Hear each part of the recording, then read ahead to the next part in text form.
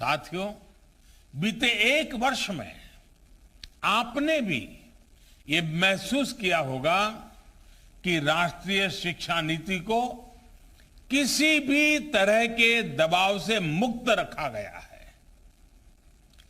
जो openness policy के level पे है, वही ओपननेस स्टूडेंट्स को मिल रहे विकल्पों में भी है। अब स्टूडेंट्स कितना पढ़े, कितना समय तक पढ़े, ये सिर्फ बोर्ड्स और यूनिवर्सिटी नहीं तय करेगा। इस फैसले में स्टूडेंट्स की भी सहभागिता होगी। मल्टीपल एंट्री एंड एग्जिट की जो व्यवस्था आज शुरू हुई है, इसने स्टूडेंट्स को एक ही क्लास और एक ही कोर्स में जकड़े रहने की मजबूरी से मुक्त कर दिया है। आधुनिक टेक्नोलॉजी पर आधारित एकेडमिक बैंक ऑफ क्रेडिट, इस सिस्टम से इस दिशा में स्टूडेंट्स के लिए रिवॉल्यूशनरी चेंज आने वाला है। अब हर युवा अपनी रुचि में, अपनी सुविधा से कभी भी एक स्ट्रीम को चूज कर सकता है, छोड़ सकता है। अब कोई कोर्स सेलेक्ट करते समय ये डर भी नहीं रहेगा कि अगर हमारे डिसीजन गलत हो गया तो क्या होगा। इसी तरह structured assessment for analysing learning levels, यानी सफल के जरिए स्टूडेंट्स के आकलन की भी वैज्ञानिक व्यवस्था शुरू हुई है। ये व्यवस्था आने वाले समय में स्टूडेंट्स को परीक्षा के डर से भी मुक्ति दिलाएगी। ये डर जब युवा मन से निकलेगा तो नए नए स्किल लेने का साहस और नए नए इनोवेशंस का नया दौर शुरू होगा। संभावनाएं असीम विस्तार होगी। इसलिए मैं फिर कहूंगा कि आज नई राष्ट्रीय शिक्षा नीति के तहत जो ये नए कार्यक्रम शुरू हैं, उनमें भारत का भाग्य बदलने का सामर्थ्य है। साथियों, हमने आपने दशकों से ये माहौल देखा है। जब समझा जाता था कि अच्छी पढ़ाई करने के लिए विदेशी जाना होगा, लेकिन अच्छी पढ़ाई के लिए विदेशों से स्टूडेंट्स भारत आए,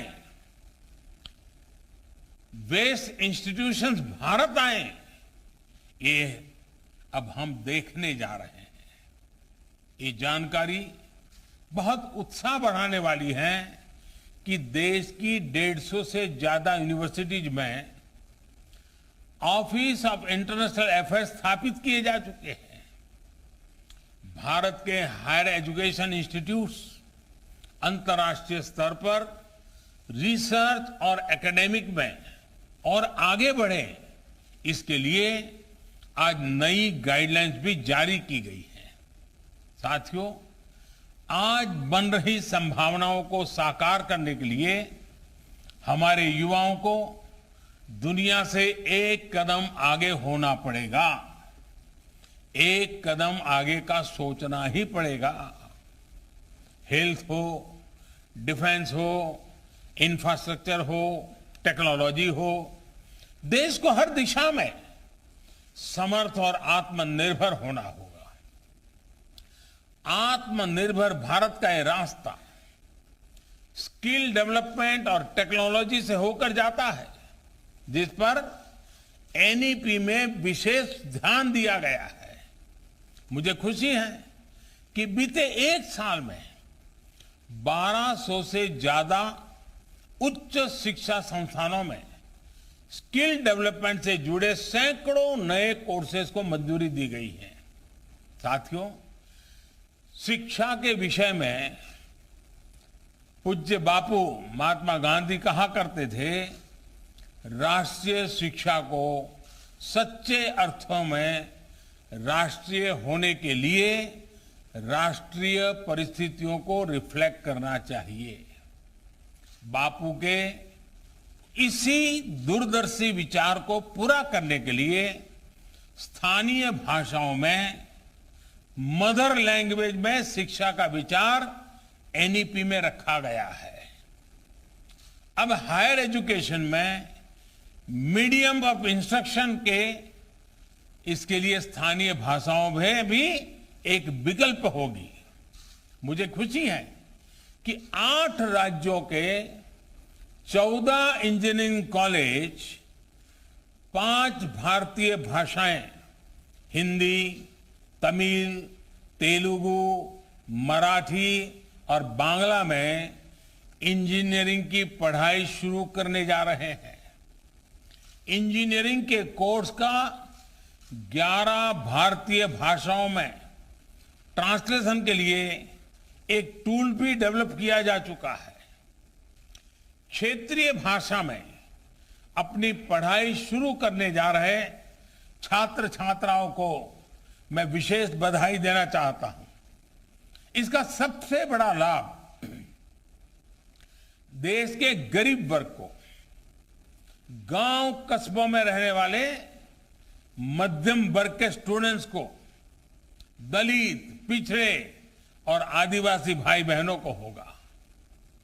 इन्हीं परिवारों से आने वाले बच्चों को सबसे ज्यादा लैंग्वेज डिवाइड का सामना करना पड़ता था। सबसे ज्यादा नुकसान इन्हीं परिवार के होनहार बच्चों को उठाना पड़ता था। मातृभाषा में पढ़ाई से गरीब बच्चों का आत्मविश्वास बढ़ेगा, उनके सामर्थ्य और प्रतिभा के साथ न्याय होगा।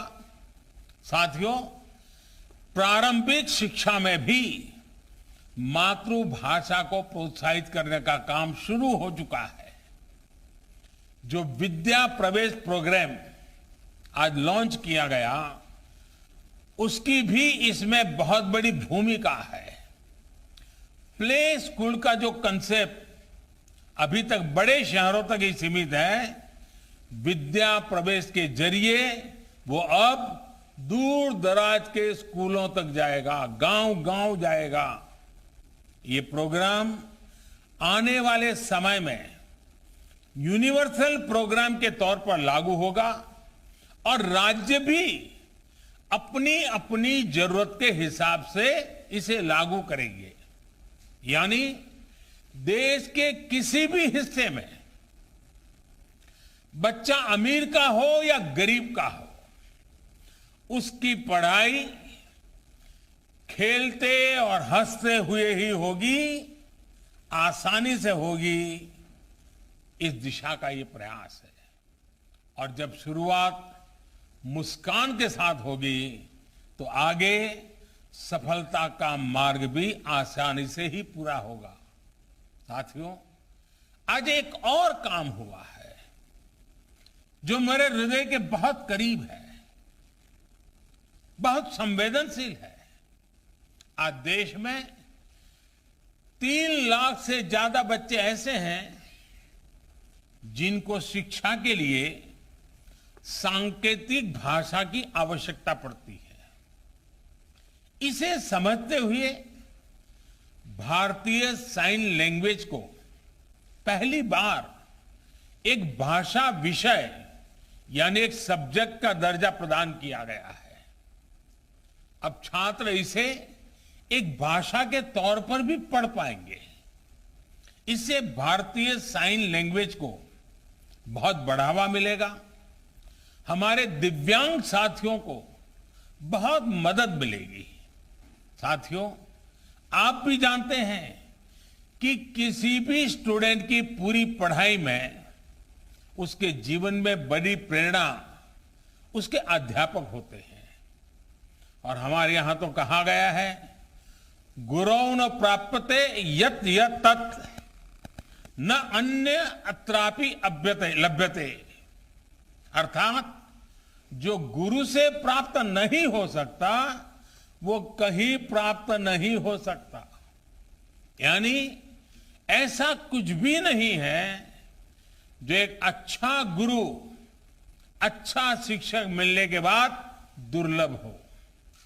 इसलिए राष्ट्रीय शिक्षा नीति के फॉर्मुलेशन से लेकर इंप्लीमेंटेशन तक हर स्टेज पर हमारे शिक्षक सक्रिय रूप से इस अभियान का हिस्सा है। आज लॉन्च हुआ निष्ठा 2.0, ये प्रोग्राम भी इस दिशा में एक अहम भूमिका निभाएगा। इस प्रोग्राम के जरिए देश के शिक्षकों को आधुनिक जरूरतों के हिसाब से ट्रेनिंग भी मिलेगी और वो अपने सुझाव भी विभाग को दे पाएंगे। मेरा आप सभी शिक्षकों से, एकेडमिशियन से अनुरोध है कि इन प्रयासों में बढ़ चढ़ करके हिस्सा लीजिए, अधिक से अधिक योगदान दीजिए। आप सभी शिक्षा के क्षेत्र में इतना अनुभव रखते हैं, व्यापक अनुभव के धारक है, इसलिए जब आप प्रयास करेंगे तो आपके प्रयास राष्ट्र को बहुत आगे लेकर जाएंगे। मैं मानता हूं कि इस कालखंड में हम जिस भी भूमिका में हैं, हम सौभाग्यशाली हैं कि हम इतने बड़े बदलावों के गवाह बन रहे हैं, इन बदलावों में सक्रिय भूमिका निभा रहे हैं। आपके जीवन में ये स्वर्णिम अवसर आया है कि आप देश के भविष्य का निर्माण करेंगे, भविष्य की रूपरेखा अपने हाथों में खींचेंगे। मुझे पूरा विश्वास है आने वाले समय में जैसे जैसे नई राष्ट्रीय शिक्षा नीति के अलग अलग फीचर्स हकीकत में बदलेंगे, हमारा देश एक नए युग का साक्षात्कार करेगा।